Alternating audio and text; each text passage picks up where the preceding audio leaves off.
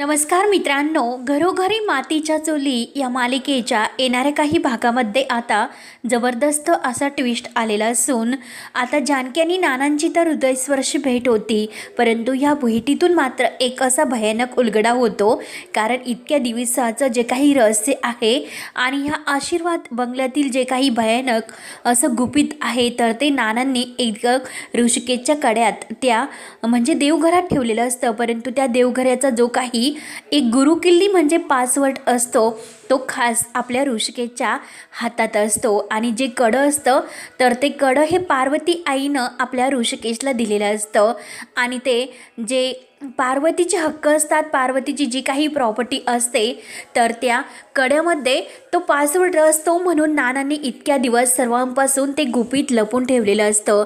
परंतु आता मात्र जी परिस्थिती ओढवलेली असते तर त्या परिस्थितीचा सामना करण्यासाठी नानांनी एक अशी भयानक चमत्कार घडून आणलेला असतो. म्हणजे आपल्या ऋषिकेशला कोणीही हकलून देणार नाही असं हक्काचं घर आणि सर्व प्रॉपर्टी ही आपल्या ऋषिकेशच्या नावावर असते. कारण नानांनी पार्वती आई आणि सुमित्रा या दोघींचे 2 हिस्से केलेले असतात आणि त्यातील पार्वतीच्या नावाचा जो काही हिस्सा आहे, जी प्रॉपर्टी आहे, एकतर पार्वतीला आपल्या आईवडिलांची सुद्धा प्रॉपर्टी मिळालेली असते. म्हणून नानांनी ती सुद्धा प्रॉपर्टी आपल्या सर्व ऋषिकेशच्या नावावर केलेली असते. पार्वती एंटरप्राइज कंपनी जी काही नावाची असते ती सुद्धा आपल्या ऋषिकेशला मिळाली असते आणि एक असते सुमित्रा एंटरप्राइज कंपनी, तर त्याचे हक्कही सारंगकडे असतात. परंतु आता ह्या 2 कंपनीत अशी घासाघीस सुरू होणार असते. कारण आता ऐश्वर्या आणि सारंग या दोघांनी मिळून आपल्या कंपनीत जे काही ऋषिकेशने नियम लागू केलेले असतात आणि त्यानुसार जो काही व्यवहार होत असतो ते सर्व काही आता बदलले असते. आता ऐश्वर्या सारंगचे मन भरलेले असते की काही झालं तरी आता जिथून पुढे जो निर्णय घ्यायचा असेल सारंग तुम्ही घेऊ शकता आणि त्यात मी तुम्हाला मोलाची मदत करू शकते. परंतु मात्र आपण जर ऋषिकेश दादांचा जो काही सल्ला असेल त्या सल्ल्यानुसार जर ह्या कंपनीचे काम चालू ठेवले तर त्यात फायदा झाला किंवा तोटा झाला तरीसुद्धा ते आपला होईल. परंतु जर त्यात फायदा होत गेला, ऋषिकेश दादा काय म्हणतील सारंग, अहो आपण त्यांच्याच मदतीचा हात घेतला म्हणजे त्यांचा सल्ला आपण उपयोगात आणला आणि आपली कंपनी पुढे नेली, यात मात्र आपल्याला काही योगदान मिळणार नाही. जे काही योगदान श्रेय आहे तर ते ऋषिकेश दादांना जाईल. मग सारंग तुम्हाला असे वाटते का असे व्हावे म्हणून? तेव्हा सारंग म्हणतो की नाही ऐश्वर्या, जे काही होईल ते अगदी तुमच्या मनाप्रमाणे. तेव्हा आता सारंगला कुठे माहिती असतं की ऐश्वर्या पालथ्या घड्यावर पाणी फिरवत असते. परंतु आता मात्र सारंगने जे काही कंपनीचे निर्णय ऐश्वर्याच्या मनावर सुरू केलेले असतात तर त्यात मात्र एक खूप मोठा असा दगा होतो. शेवटी ऐश्वर्या ही या कंपनीसाठी जे काही निर्णय घेते ते अगदी कंपनीला बुडवणुकीस आणण्यासाठी असे होत असते. कंपनी अगदी बुडवणुकीस येते. परंतु मात्र इकडे नानांनी जे काही आपल्या ऋषिकेशच्या हातातील कड्यामध्ये जानकीला जे रहस्याचा उलगडा दिलेला असतो, कारण आता तर जानकी घरी येते. घरी आल्यानंतर अगदी मन भरून ती असं या घराचं कौतुक करते, या घरातील सर्व माणसांचं कौतुक करते. सर्व काही जी सत्य घटना घडलेली आहे ती सर्व येथे सुमित्रा आई देखत सर्वांसमोर सांगत असते की माझ्या घरात सुद्धा अशीच घटना घडलेली आहे. सुमित्राचे डोळेसुद्धा अगदी पाणवतात आणि एकतर आता सुमित्रा आईचा आशीर्वाद आपल्या जानकीला मिळालेला असतो. परंतु ऐश्वर्या आणि सयाजी पाटील हे जानकी आणि ऋषिकेशच्या जीवावर सुद्धा उठतात आणि आपल्या ओवीच्या सुद्धा. परंतु देवकृपेने मात्र आपला ऋषिकेशसुद्धा सुखरूप असतो आणि आपली जानकीसुद्धा. त्यानंतर आता इकडे जानकी आपल्या नानांचा सर्व काही अवंतिकाला म्हणजे अवंतिका आणि सुमित्रा आणि सौमित्र यांचे बोलणे झाल्यानंतर जानकी बरोबर त्यांना अगदी प्रेमात अडकून घेते. तेव्हा सुमित्रा आई तर जानकीवर खुश होते. परंतु मात्र आजीला ह्या जानकीचा संशय येतो. तिला तर असे वाटते की अवंतिकाची क्लायंट नाही की ही जानकीच आहे असा आजीला संशय येतो. आजी घाईने ऐश्वर्याला कॉल करते, परंतु ऐश्वर्या तेव्हा घरी यायला निघलेलीच असते. परंतु तिला मध्येच तेथे सयाजी पाटील हे भेटतात. तोपर्यंत जानकी ही नानांची भेट घ्यायला अवंतिकाला म्हणत असते की अवंतिका, अगं तुझं घर किती मोठं आहे, घरातील रूम किती, घरामध्ये माणसं किती.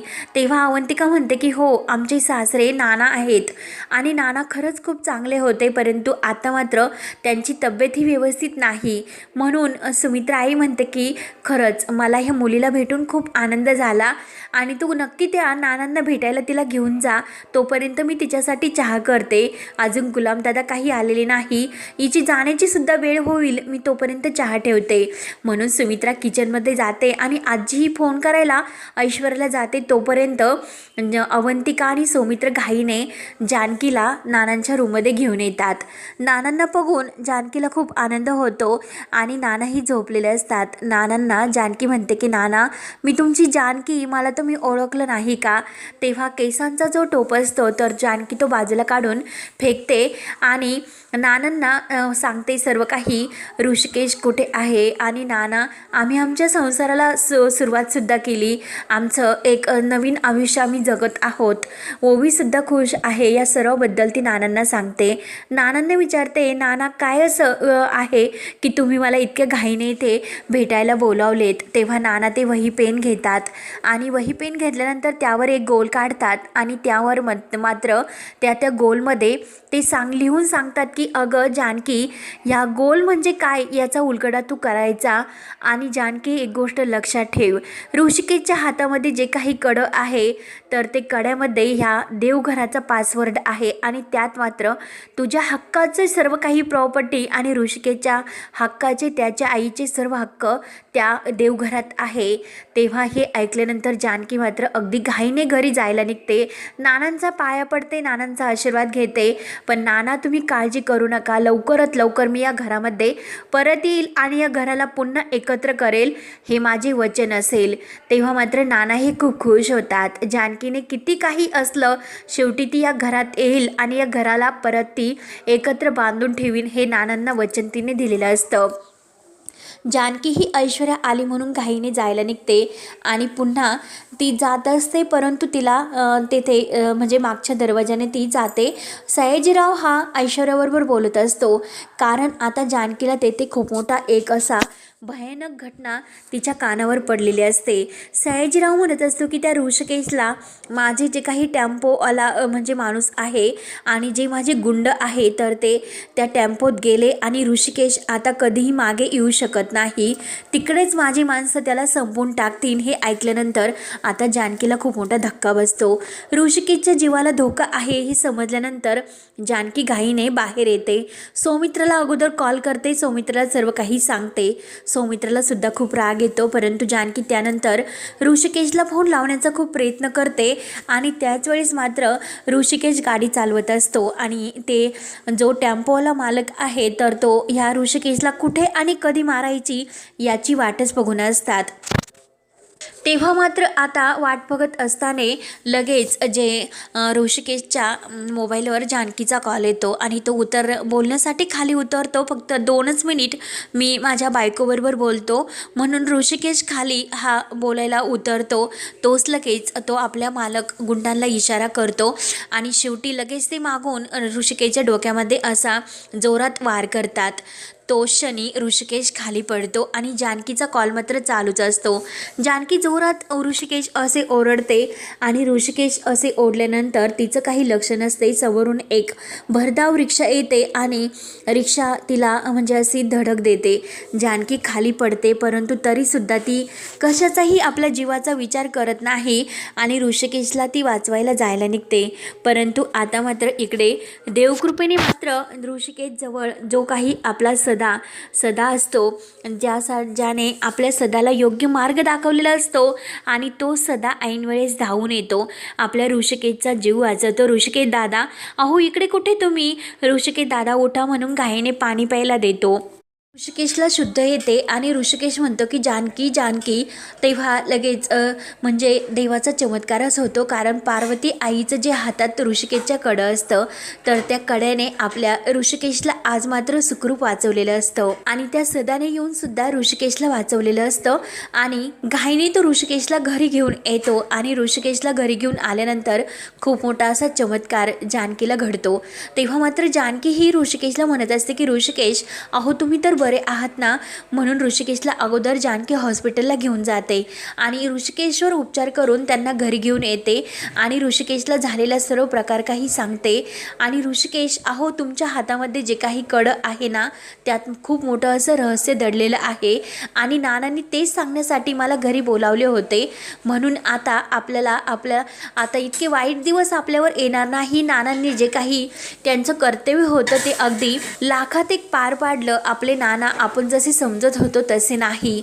अहो त्या ऐश्वर्याने नानांना सुद्धा धमकावले, सर्व काही केले. म्हणून आज आपल्यावर ही अशी वेळ आली. नानांना याचा खूप पश्चाताप होतो. ऋषिकेश, तुम्ही आपल्या नानांना माफ करा. नानांनी तुमची काळजी करून तुमच्या जे काही पार्वती आईचे सर्व प्रॉपर्टीचे हक्क आहे ते तुमच्या नावावर केलेले आहे आणि ते तुमच्या हातात जे कडं आहे ना तर त्या कड्यामध्ये एक पासवर्ड आहे आणि तो देवघराचा, आणि तो पासवर्ड टाकल्यास तरच ते देवघर उघडू शकते. तेव्हा जानकी आणि ऋषिकेश यांना खूप आनंद होतो, कारण आता आपली पूर्णपणे ही सर्व काही ही परिस्थिती बदलणार असते आणि आता नानांचा आशीर्वाद घेऊन पुन्हा आपले जानकी आणि ऋषिकेश सुखरूप आपले एकत्र येतात. परंतु आता मात्र ओवीचा जीवसुद्धा जानकी ही सुखरूप वाचवते आणि ओवीचा जीव वाचवल्यानंतर ऐश्वर्याची मात्र आता पूर्णपणे बोलती बंद होत असते की काही केलं तरी ऋषिकेश जानकी मात्र जोमाने एकत्र येतात. आणि आता ऋषिकेश आणि जानकीने एक सुमित्रा एंटरप्राइज कंपनीच्या नावाखाली जोरावर पार्वती एंटरप्राइज कंपनी सुरू केलेली असते आणि अगदी लाखो करोडांचा त्यांचा हा व्यवहार सुरू होतो. परंतु इकडे सुमित्राची कंपनी असते म्हणजे सारंगची, ती अगदी डबघाईला गेलेली असते आणि हळूहळू उतरती कळा आता या सगळीकडे लागते. आणि मात्र सुमित्राला आता वेळोवेळी आपल्या जानकीची आठवण येत असते, कारण ऐश्वर्याने तिचं रूप तर दाखवलेलं असतं. परंतु आता या जे काही ऋषिकेशला ऐनवेळेस त्याचा जीव वाचून जे काही चमत्कार त्याच्यासमोर घडलेला असतो, कारण आता जीवावर उठणारे लोकसुद्धा, परंतु देव मात्र अगदी सत्याच्या वाटेवर आपल्या ऋषिकेशला नेऊन पोहोचवतो. ऋषिकेशच्या जीवनातील सर्व काही कष्ट तो दूर करतो आणि शेवटी आपल्या ऋषिकेश जानकीला अगदी त्यांच्या हक्काचं सर्व काही मिळते. तेव्हा आता अवंतिकाला आणि सौमित्रा याबद्दल माहिती होते. सौमित्र म्हणत असतो की जानकी बहिणी, अगं ऐश्वर्या ह्या थराला जाऊ शकते. ऋषिकेश दादावर तिने हल्ला केला, ऋषिकेश दादाला मारण्याचा प्रयत्न केला, त्यामुळे आता मात्र तिला तिच्या पुराव्यासहित ह्या घरातून बाहेर काढायलाच हवे. म्हणून नाना, जानकी, ऋषिकेश, सौमित्र, अवंतिका एक असा भयानक प्लॅन करतात आणि त्यांनी जो प्लॅन ठरवलेला असतो अगदी त्या प्लॅनप्रमाणे मात्र आता ऐश्वर्याला तिच्या पापाची शिक्षा आणि तिचे जे काही सत्य आहे तर ते सुमित्रासमोर आणि सारंगसमोर घेऊन येतात.